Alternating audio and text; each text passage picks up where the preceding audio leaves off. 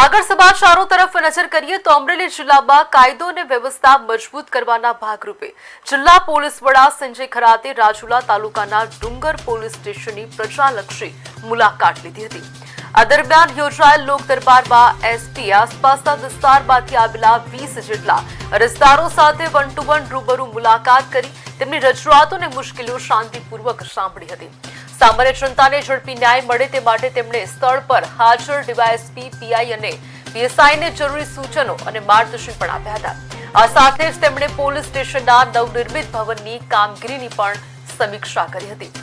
Police પ્રશાસનના આ સરાહનીય પ્રજાલક્ષી અભિગમને સ્થાનિક લોકોએ વ્યાપક આવકાર આપ્યો હતો।